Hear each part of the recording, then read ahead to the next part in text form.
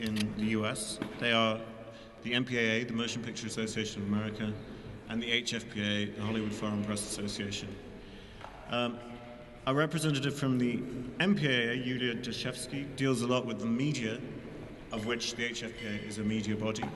So I think it's a great opportunity for us to talk about the role of media in the US and Hollywood and the role of the HFPA. We're very fortunate to have with us the president of the Hollywood Foreign Press Association, Aida O'Relly,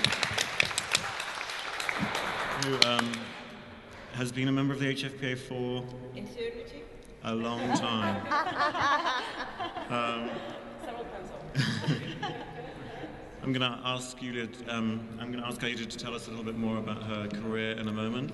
Yulia, as I mentioned, from the MPAA, Yulia Dashevsky, and Nellie Holmes, who's a Russian journalist who lives in Los Angeles and thereby qualifies to be in the HFPA, is in the HFPA, and we'll be talking today to the foreign language category of the Golden Globes, which is open to all Russian films every year and has nominated several Russian films in the last few years. So we're going to talk to them. And I don't mean to brag, but I'm also representative Cinema Fund. Oh, microphone. She's also representative of the Russian Cinema Fund in Los Angeles. Sorry, I forgot to say. Official.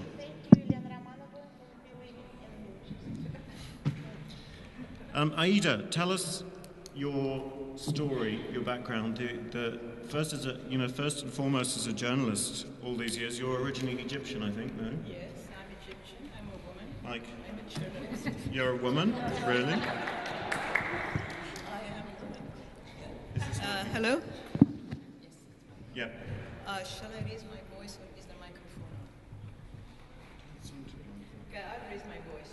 All right? It's not possible because the translation is used only with the microphone. Oh, yeah, it's on. So just speak into the mic. Hello? All Yeah. right. I am here to speak about the Hollywood Foreign Press who are involved with the movie industry. But I have a little prologue about the importance of the movie industry. I've gained total respect to that industry and everybody that works in it. And oblige me to just tell you a little story. When I was teaching at the university, I introduced the study of film. And I was also teaching about slavery and things like that. And I was teaching about, I don't know if you heard it, Amistad. It was a slave ship, Amistad. Over the years, I may have reached 1,000 students or 1,500 students teaching about it. Steven Spielberg makes one movie about Amistad and the world knows about it. So that's my powerful respect to the movie and the power of the movie. And we as filmmakers, you as filmmakers have to take a tremendous responsibility for what you do because it's important to the world. So as a member of the Hollywood Foreign Press, we are all passionate about movies. We started the association to help us get interviews. To get an individual interview is difficult, but to get together and get an interview is much easier. Last year, we had 470 interviews with stars from the industry, from the movies and television, 475 interviews. We are journalists. We're three-dimensional, and I discovered a fourth one.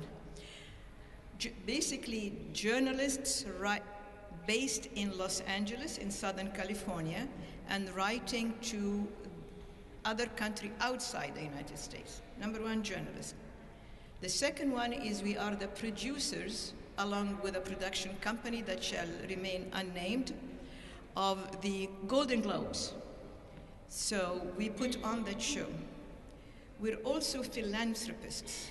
The money we get from NBC for the Golden Globes, it comes in, it goes out. It goes out to institutions, to universities, to scholarships, to encouraging young people that want to go into the industry. And to film restoration too. Perfect. Film restoration, it gets the biggest amount, and where is Leslie? And they're very happy about what we're doing. Another thing we do, since it's relevant to being here in Moscow, is we scout for foreign films. We go to film festivals all over the world and scout for the movies that should be. We encourage people to submit their movies for consideration for the Golden Globes. And if all the filmmakers here, we encourage you to submit your movies for the Golden Globes. Now, the award season, I'm saying that because somebody mentioned how people get tired after a while about the award seasons. The Golden Globe is the first one in January. So everybody is enthusiastic. Everybody wants to see who is going to be winning, who is going to get it. And then it kind of sets the tone to the rest of them and ends with Oscar. By the time Oscar comes, everybody's tired. But anyway, that's fine with me. Also, we do it differently from the Oscar. We're different in a way that we have a party. It's a dinner party. And the second difference is we give awards to the movies and television. So every year, we see every movie that's been made, every foreign film submitted, and we also see television. It is a lot of hard work. It's not easy. And we give awards for animation now. That's right. Anyway, and the culmination of it is the Golden Globe, and right away we start again. And I won't take any more of your time. Yep, thank you, Aida. Yulia, tell us about your role at the MPAA. Here I wrote a little something because it's very personal. Very personal to me. I was born in Moscow, and I'm very proud that we're at the point of this Moscow Square 2012, where Russians are coming out in strides to talk about movies and want to cooperate with Americans, want to learn. I'm very pleased with that.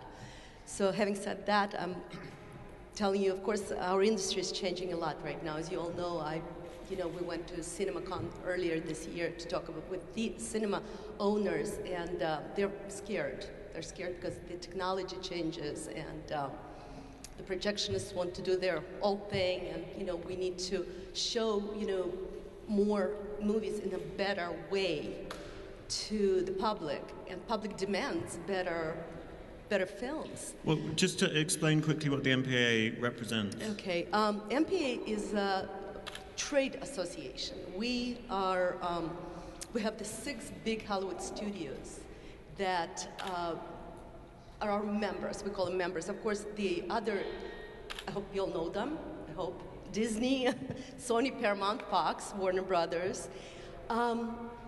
Universal. Sorry. Yes. We help them as a liaison in many different ways. We protect their interests in Washington, D.C. We protect, of course, piracy, which I do not want to talk about. Besides the 6 major studios, we have all the little and sometimes not so little studios such as Lionsgate and Relativity and Weinstein Company. They use our advertising publicity services because we're in a unique position to liaise with all the movie distributors and filmmakers and even all public relation agencies such as Leslie Dart. We deal with them, and who deal with producing and distribution of motion pictures. And I represent the association at various member company conferences with regard to issues concerning ground setting and procedural decisions. Should I talk a little bit more about? Yes, and talk about your work with the media. Sorry, I'm reading. I'm nervous. I think I'm nervous because I was born here, and it's so personal to me. I wanted. How long have you been in Los Angeles? I've lived in Los Angeles for 37 years. There we go. Yeah, but I was born in Moscow, and I left when I was 16, and I still love everything Russian. I married a Russian man who is a complete Russaman. makes sense to Russians. He loves everything Russian. We have Russian TV, and we absolutely watch all Russian movies and TV shows, and we're getting to be so proud of the Russian filmmaking, and where we can brag about it, and you've seen this, and actually starting to talk to our American friends about Russian cinema, how it's all coming up, and what great filmmakers there are, innovative, young. So, having said that, I'm nervous, so I'm going to read, if you don't mind. Go ahead. Under the direction of the committee of our member companies, which consists of chairmen and senior marketing executives, we act as a central source of information and provide such valuable service to our whole community as master calendars, which include all domestic and international junket calendars, domestic and international media screening calendars, such as the HFPA calendar, because they will screen every movie. I am the central source where we'll tell them which movies to screen and when, so pretty much this way. As well as, we do it for HFPA, we do it for the Oscars, of course, and all other award representation. We also have the calendars that include red carpet premieres. So, having so many studios in one city, we organize the premieres. So the first step when somebody is going to do maybe have a premiere, they have to clear the date with us. So we clear the dates for the premieres, for the junkets. It's a big job. We also publish extremely valuable industry directories such as domestic, East Coast and West Coast international press directories. All studio marketing departments require that each journalist who attends their screening, junket, and premiere is an accredited member of the MPA press directory. To be an accredited member of the MPA, we require at least 6 motion picture-related clippings per year as proof, as well as a letter from editor or the publishing or the publication confirming the ongoing status of the journalist. Each year, the requirements must be fulfilled, as it is extremely difficult to be an accredited member. Many applications are rejected, and only a few applications are accepted yearly. All of our members are experienced journalists in good standing internationally.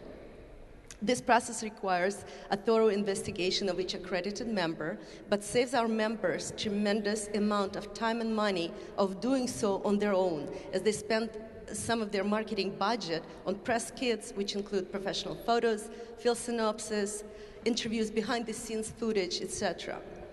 We facilitate negotiations which require professional attitude and diplomacy between studio publicity departments, which sometimes can be contentious between the players, as they strive for the same junket screening or premiere dates, and you know about that. So that's my spiel, except for the big part of the HFPA. So if you're a foreigner moving to Los Angeles to become a journalist, you have to make sure you become accredited by the MPAA. Yes, absolutely, except for it's a vicious circle.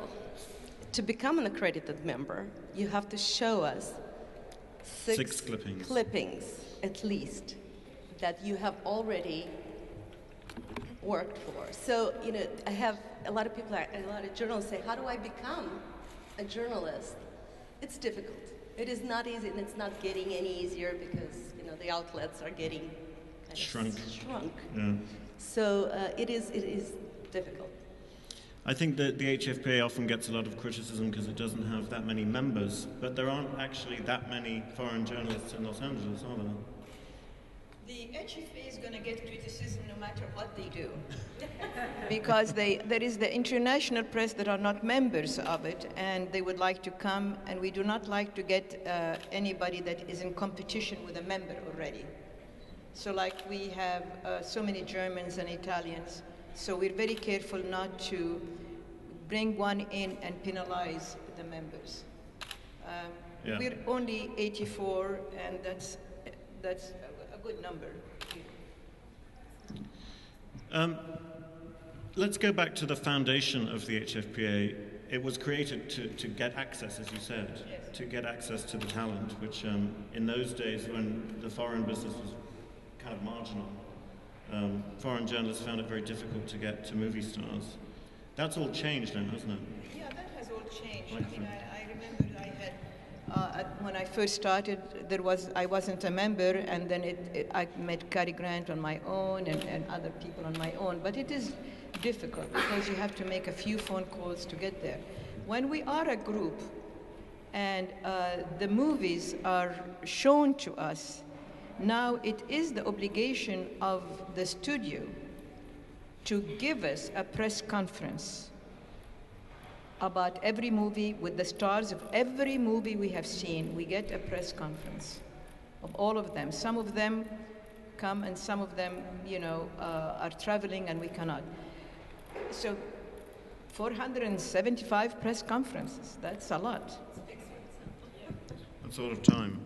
And the Golden Globes obviously have grown in influence over the years, partly because they're the first awards show of the season, partly because it's a great party, partly because, they're on network television, and partly because they've grown in influence over the years and the decisions have been seen in a more favorable light than in the past. Yes, and some people say we influence Oscar. I like to put it in a different way. We get their attention to certain movies that they may not have seen, especially if they're small movies. And then I think you have masters of the movie industry here. You can ask Paula and Rick and Hal to speak about the influence of the Hollywood Foreign Press. They can tell us more about it. It has gained a lot of influence because it's screened and we're grown and we do it better and we are reaching out to more and more countries. Yeah. Nelly, tell us a little bit about the foreign language category. First of all, you're a journalist. Yeah. How long have you been in California? Yeah, I live in California for 20 years. I'm Moscowite as well, in 5 generations. I went to Moscow University. I met my American husband here. He proposed to me the first day. First day? First day, yeah. And so I've been married for 20 years. I moved to California and I was basically, while I was living in Moscow, I was writing for publications like Moscow Times, and when I moved to the United States, I was doing the same. I was a film critic. And all these people who are sitting at this table made a huge impact on my life because, for example, without Julia, I would never join HFPA because for me it was something that I would never even dare of thinking. Julia read my article, she likes it, and she told me that I should join. The question is, it's nearly impossible to do. In order to join, you have to have 2 sponsors, and people who sponsor you take huge responsibility because you are a lifetime member. So Julia introduced me to Mike, who was my sponsor. And so this is my godmother, god sister. This is my godmother in HFPA, and this is my god brother. And Lena is my Russian god sister. Anyway, so back to the. So, look, talking. That's why when I joined, I was obviously very honored. But one thing really struck me about that, having so many wonderful Russian films, there is none of them were applying for Golden Globes. For the foreign consideration even. Consideration. So I started talking to the directors, producers, and I found out that people just don't have enough information. First of all, they afraid to do it. They don't know the procedure, which is very simple. But knowing the procedures, they make another mistake. They apply, but they do it very late. So here we have very bad statistic. First of all, let's just explain that for the Golden Globe foreign language category, it's not one film per country. Any number of films could apply. Any number of films. If you heard that one Russian film applied, it doesn't, you heard that film is going to apply, it doesn't have to stop you. Do not be afraid. You know, this is our job, to discover you. How many Italian films are submitted? Oh my God, yeah. And French film. French films, Italian, German. German, my God. Not too many British, though. So what is the procedure for a producer to submit a film to the Globes? Basically, they have to contact our office in October and contact Yulia Dashevsky about the screening schedule. And that's it. Here we go. We see the film, and yeah. A lot of information is online too. A lot of information is online. The procedure is impossible, like very simple. So I encourage you, do not be afraid. Please bring us good Russian films. And what Russian films have been nominated? The only Russian Soviet film that ever won Golden Globes was War and Peace, «Война и мир». Сергея Бондарчука в 1969 году, представляете? In 1969. So the films that were nominated were Prisoner of the Mountain, Кавказский пленник, Thief, it was 97. The next year was Thief, War, Возвращение, Return, 2004, and Edge, 2011. So you see, we became kind of more or less active, and you know, like I dare to say it has to do with the fact that I joined the association because I really pushing, and I really want everybody to see great Russian films. Please bring us good films. Okay. It's about the great thing about that category of the Globes is it brings attention to the films. It brings media attention to these films that a lot of people either haven't got distribution or they haven't been heard of. Exactly. Yes. But again, once again, people just afraid. They think it's very complicated, and it's not. Please go online, read the rules, follow deadlines. That's it. That's all you have to do. Yes. The first condition is please make a good film. Aida, you want to say? No, I just want to say online it's www.goldenglobes with an S.org. goldenglobes.org. Please look it up. Okay, what else do we need to talk about with the Golden Globes? Well, I think it's very important that one of the things that we do that's very important is going to film festivals. Yeah. And I remember my experience with, thank you very much for having me here, this year. I came to the film festival here and in Sochi, and I'll never forget my experience in Sochi Film Festival. Never in my life. I went to see a movie, and then I'm sitting there and watching the movie, and all of a sudden, the Americans are the bad guys, and the Russian are the good guys. And I'm saying, no. How did this happen? When did this happen? We are so indoctrinated that we're the good guys and the Russians are bad. So when I saw a movie like that, my brain was going very difficult, to absorb the information that's coming to me. And after that film, there was a meeting of three very powerful people, the ex-head of CIA, and the Stasi from Germany, and the ex-KGB.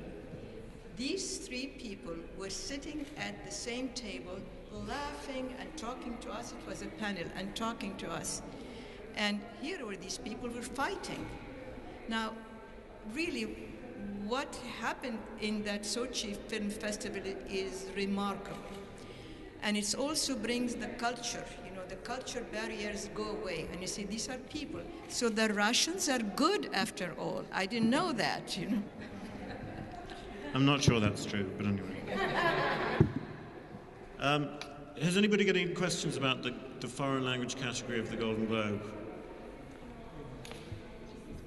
Yeah. The question is, when time to do campaign Golden Globe, it's various services who offer their service, and it's every company or small group who offer the service has their scenario how to do this campaign.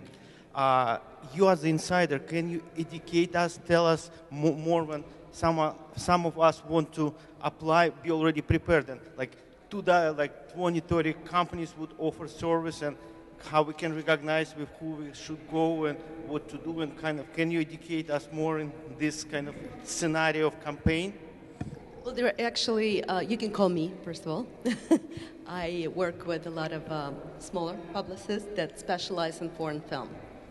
So, and have wonderfully done that. Nadia Bronson, Melody Kornbrod, so Larry, right. So I'll be happy to give you their names. Also, HFPA has that list, right, of the publicists. Yeah, it's on their website. So it is it's done very easily because the rest of the world is using that service. Word of mouth is always good. You filmmakers need to start speaking with each other a little better too. I'm talking about Russia, I'm sorry. I see a little bit of a competition type that we don't have as much in the United States. Get together, make good movies, share your contacts. Don't be afraid. There's power in numbers. So. Я быстро по-русски скажу. Меня немножко насторожил один факт, когда некоторые представители нашей прессы стали утверждать, что они, так сказать, у них есть ключик к Золотому Глобусу. И что приносите фильмы нам, и мы вам обеспечим глобус. Меня это очень насторожило. И я вам хочу сказать, что, пожалуйста, вы на такие уловки не ловитесь. Просто посмотрите на веб-сайт, все у нас, we're democratic society. Just open your website, see the rules. We all open to the contacts. You don't need a middle person here, okay? And don't listen to people who say that they have a golden key to Golden Globes. They don't. Aida, the gentleman talked about campaigns. I mean, is there a lot of campaigning that goes on with the Hollywood Foreign Press for Golden Globes? Campaigning by the members? By the distributors. Oh, you have to campaign. You must submit the movie, give it to an expert in whoever would take out your movie and market it. And they will get involved by calling all the members, make sure the members have seen the movie, make sure that you entice them to come. The ones that are successful, there's many ways to do it, but you have to we're so busy, we're really so literally busy, that you have to make it happen by some means. Either you just get the consulate involved, or get the movie star involved, or something. But your representative in Los Angeles has to work on it and call every member, make sure that they've seen it. And you must have over 80 DVDs. So if they have not seen it in the movies, in the theater, they can watch it at home. We get the DVD of every movie that we've seen to our husband, American or French or whatever, or television. So it's not, yes, it's easy to apply, but it's a lot of work to push it, to get attention. And a good movie gets attention on its own. But to see a good movie, you have to convince people to come to see a good movie. where publicists come. And again, the list of the publicists on our website. That's it. Does anybody else have any questions?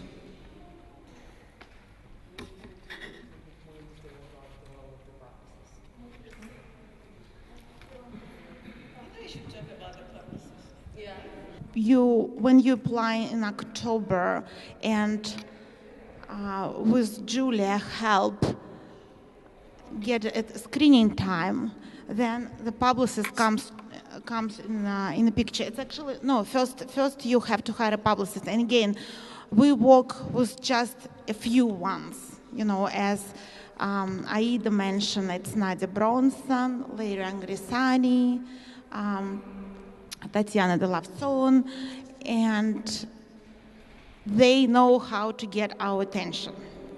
Because we, as Aida said many times, we're extremely busy. It's like they know how to do it. Put it in the hands of professional person. Then we see the film. We sometimes meet the star or the director of the film. And then, you know, the voting process come, and it's quite simple, you know. So basically, you have to impress us if you want us to remember about you when it's time come to put this cross. Does it make sense for a film to be screened earlier in the year if it's available? Good question. The problem with Russian films, as I mentioned before, they apply so late when people already have too many things. Because we have to watch sometimes before Golden Globe campaign three films a day, and then we have these discs at home also to watch. So, like, it does make sense probably to do it in November, the best time. Mm-hmm. Yes, do it early. Do it. Because towards the end of the year is when the studios are pushing out all their English language films.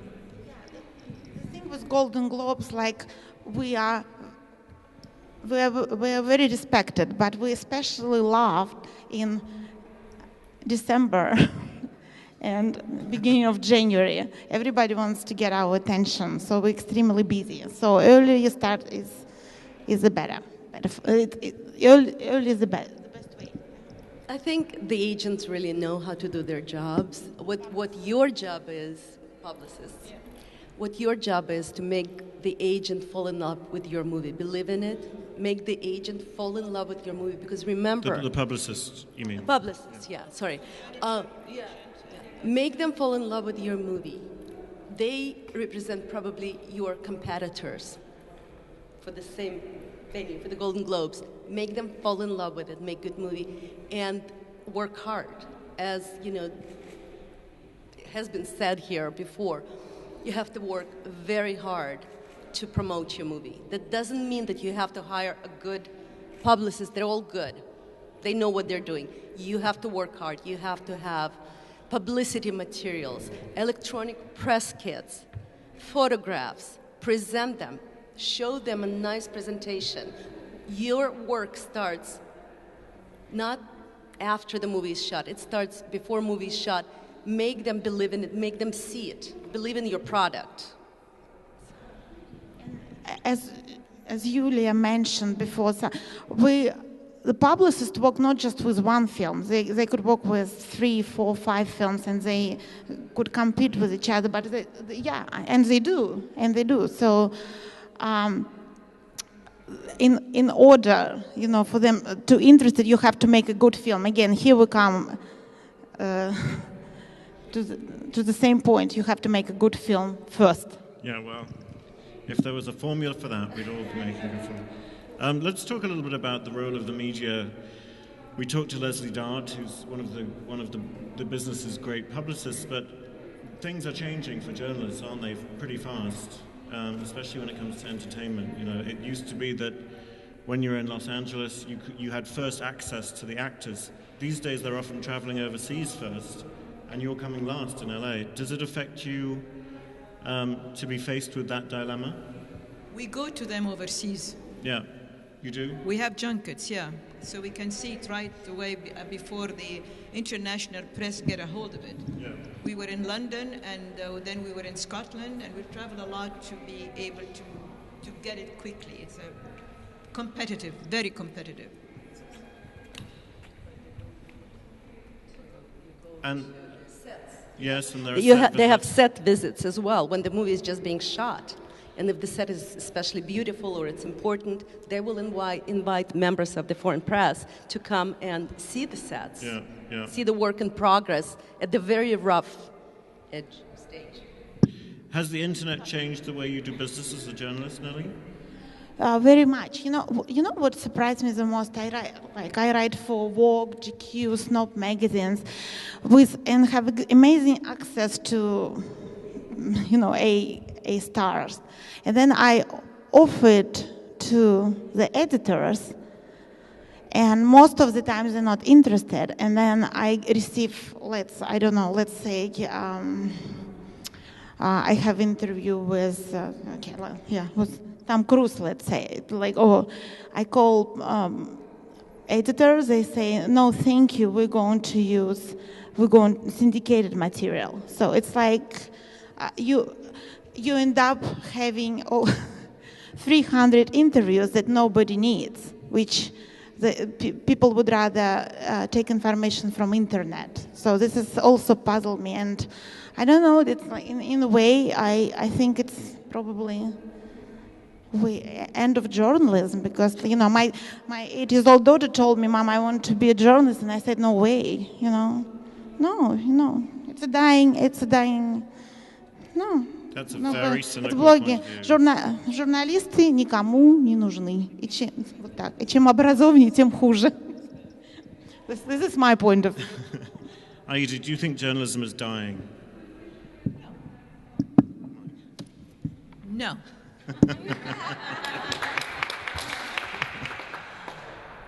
Certainly in America, there's been a huge reduction in the number of reputable film critics. Everybody's a film critic now, aren't they? Blogging and Metacritics and Rotten Tomatoes. There'll always be journalists, because that's very important. Well, maybe the vehicle will be changed. Maybe there's going to be a different vehicle, except that you need the journalists, you need the critics, No, I don't want critics. No, because that's their opinion. They're giving you their opinion. I mean, the tourist was really bummed out by the press. I loved that movie. It was great. It was Johnny Depp and Angelina Jolie, two great, good-looking actors. It was in Venice. It's jewelry and scenery and beautiful and uplifting. And I don't know how it got that bad rap. Does anybody know? No. No comment. Do you know, Paula? Do you know?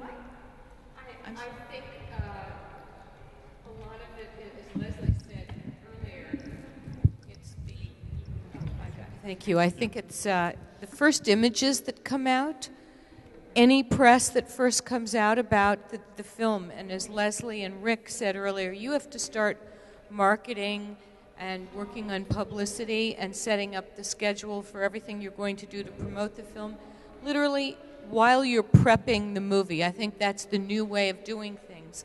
That what happens after you shoot the movie is as important, if not more, than when you're shooting the movie. I don't know what happened. It had two amazing stars. It was elegant to look at. It had a very, very Academy Award-winning German director. It's one of those things. Word gets out. People start talking. Maybe they didn't know. They didn't find the target in terms of exactly how to sell it. There is a mystery factor. There certainly has been a disconnect, hasn't there, between what audiences like and what critics like. The Pirates of the Caribbean movies, the Transformers movies. There are a lot of films which are critic-proof, and critics loathe them. Well, but critics have lost their cachet. Everyone is a critic because none of it's filtered. It's now aggregates. Rotten Tomatoes. Yeah. one vote, one, happy 82%. tomato is the same as a rotten tomato, in the sense that the same weight. The New York Times counts as much as Joe Schmo from Topeka, and it shouldn't. It shouldn't. It's not right.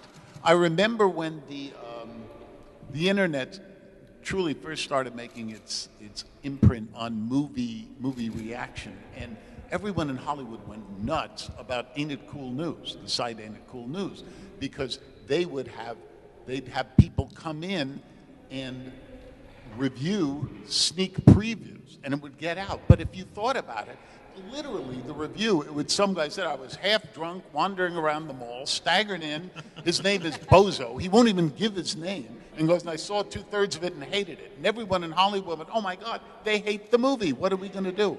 What do you mean, they hate it? Bozo from Paramus, New Jersey, didn't like it, so what? But that sent everyone into a terror, and everyone reading that review went, oh, that movie's bad. Because somehow to exist means you have credibility, and it's not right. There's no filters anymore. There's no hierarchy of But as filmmakers, do you respect critics?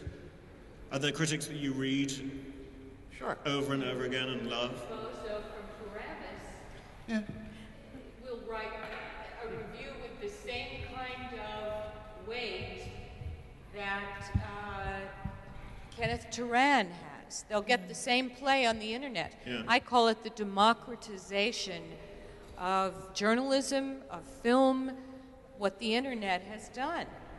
And Rick's absolutely right. So that hurts. And when you start getting word out, going back to your point, when you start getting word out, somebody that has no limited credibility, that filters, and the next thing you know, there's a wave, and audiences are going in with an attitude about a film.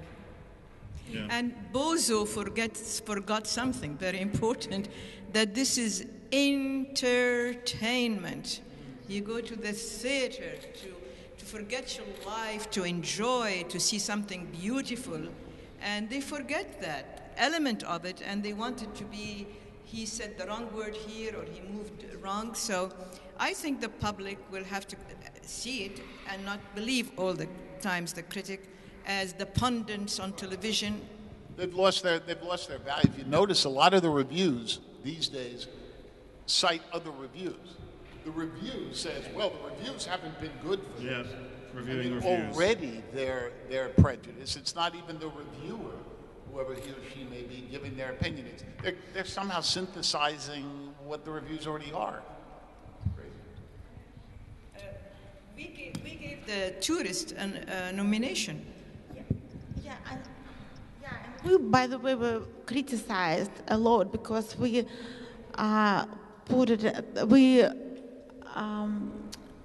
it was not comedy musical category. We were criticized for this a lot, and for tourists especially. I think that's how it started. But you have to keep. The thing is, sometimes you also have to see the reason why people are so negative about it. Because we just think about it. We are a group of journalists that have so much power in Hollywood. So logically, we do have a lot of jealousy, and some people would rather put anonymous review or say something awful about HFPA just because he or she couldn't get in, or he or she is in a bad mood, and or she has a period, I don't know. But it all comes from but it all comes from laziness. Why do you read a review before you even watch the movie? I want to form my own opinion. I don't know. Think about the Categories. Well, we have 3 categories. We have motion picture in drama, for the drama, and then musical or comedy. it's another category, a different award. And then we also have animation, a third award, so we're spreading it. So somebody's going to win in each one of these categories. And the comedy or musical category is quite influential because the Academy tends not to reward the comedies, don't they? No, they don't. They just put them all, 10 of them together. Yeah. They put 10 of them together. Any more questions about the Golden Globes or the HFPA? Paula? Yes. Hello. Can you tell us what, maybe elaborate a little bit more on the process to have a film and the actors and all of the elements, director, etc., considered for Golden Globe nominations? What is the best way to go about it? Because I know that there's a lot of pressure on the studios and the producers, and everybody's vying for the perfect, particularly in the fall. It must be madness for you in the fall. You must have screenings every press conferences. And we get a lot of calls. And a lot of calls and people elbowing.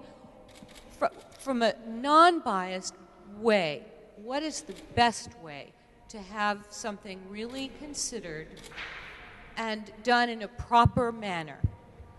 Well, you asked about the process, and then I'll speak about what you do to consider it.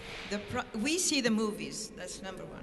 At the end of the year, we get a reminders list for every movie we've seen, list of the movies, the directors, the stars, and it's checked that there is this is the leading star and this is the supporting role. We get all of that. It's a thick like that. It's very huge. Aida, can I interrupt you and say that Julie is the one who prepared this list? It's very hard work.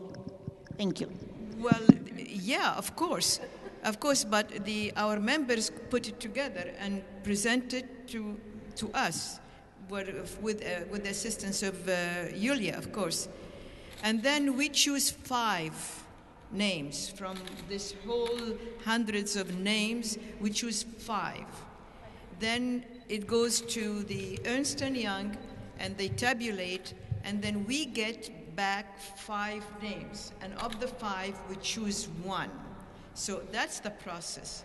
As far as the what do you do to make it happen, get awareness. Study Harvey Weinstein, and that will tell you. He just gets it out all the time. Remember, take it. Pamphlets, on television. It's a lot of pay attention. This is it, the name, repeat the name, keep repeating it. And things stick there. That would be the best thing to do. But not everybody's got that kind of money to promote that. But something good about the Hollywood Foreign Press, we don't sometimes pay too much attention. We look at the little movies too and see, and we've made a lot of stars famous. Little people never heard about them. And we voted for a lot of movies that were independent and low budget because, as you said, touch the human. Everybody wants to have a human story. So we're good at that one. I don't want to speak about the other organization that will remain nameless here, but they do favors to each other. Vote for my movie, I'll vote for your movie. But we have no interest in voting about something. We are very objective about what we choose. And we've seen so many movies, so we developed a sense of what's good and what isn't. I just add that actors like Johnny Depp and Angelina Jolie will always, before we start our interviews, press conference, always thank us for discovering them. Actors also are very good when they meet with the press. They're charming. So that helps. I want to say one more thing. I worked for the Oscars backstage operations for 15 years and Golden Globes for the last 23 years. So I know how both organizations work, let's put it this way. Golden Globes is considered the party of the year. it's not that they have to invite stars. Stars knock on their doors and say, I want to come, make sure you have a place for me.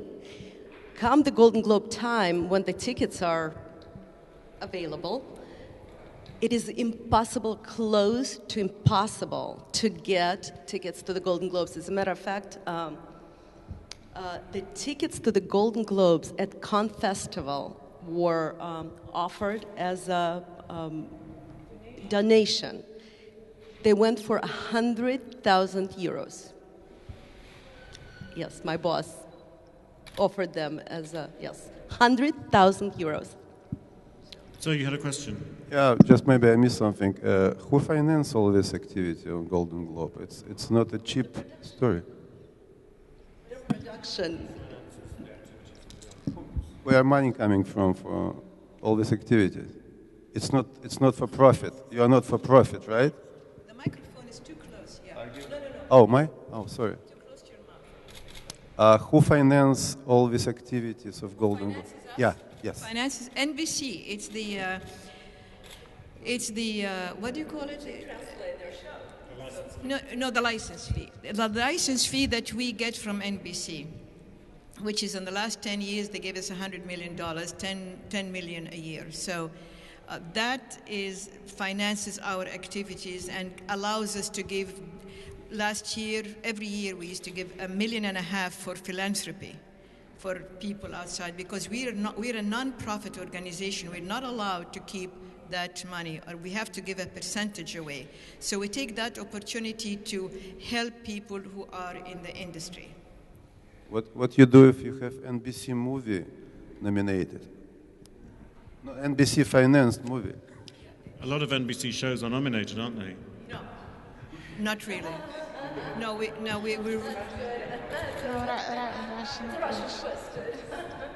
yeah, well, Yes, they are nominated. not more than anybody others. I mean, if they do a good thing, we nominate them, but we're not prejudiced by that, really. I don't even think they won anything last year, NBC University.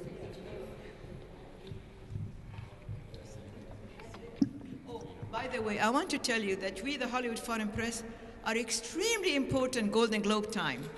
Everybody loves us, Golden Globe time. After the Golden Globe, they don't know we exist. So that's the name of the game there.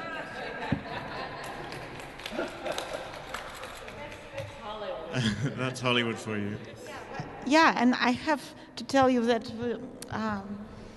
we have this. We have our group is amazing. I especially like our what I call old school. Look at Aida. She is the one. She was a pilot in the age of 16. She was the first pilot in Egypt. You know, we have people like this. So another person who is in charge of deciding where the golden tickets are coming from is Judy Salomon. It's a very, very interesting character. And she always tells me, after the Golden Globe, she said, it's quiet in my house. No one calls. No one. It's like... The youngest, the third, but the youngest one to get a pilot's license at the age of 16, a commercial license in flying. Thank you. Any more questions? Okay, thank you very much. Oh, one last question. Могу я задать вопрос на русском языке? Да, по-русски. Скажите, пожалуйста, какие-нибудь привилегии или поддержку вы оказываете победителям, кроме, конечно, самой награды и высокой оценки кинокритиков? No, the question is like, what's the privileges for the winners? The way we see it, that's why I mentioned Angelina Jolie and Johnny Depp. We discover stars, we discover films. This is the best privilege you can ever get in Hollywood, the way I see it. To be noticed. It is extremely prestigious to win an award for talent. That's what it is. Whether they like it, they don't like it. It is very prestigious to have that little globe or a statue displayed in their house. everybody's vain, I guess, in this business, but it's, you know, vanity helps. I have a little recommendation for you movie makers, is that please teach the stars how to give a press conference. Thank you. Because sometimes some of them don't know how to talk alone. They need the director and the producer to tell them how to talk. So when they're on their own, they're really different, shall we say? This is what they created for, to speak out people's words. How do you train them? This is what they are created for. They don't speak their own words. How do we train them? Well, they don't have to say, yeah, I think, maybe, you know, I mean, they've got to get it, or don't do it, because it's distracting. Rick? Yeah, after the movie. Rick, you should talk to your clients, I think. On that note, thank you very much to Aida, Yulia, and Nellie.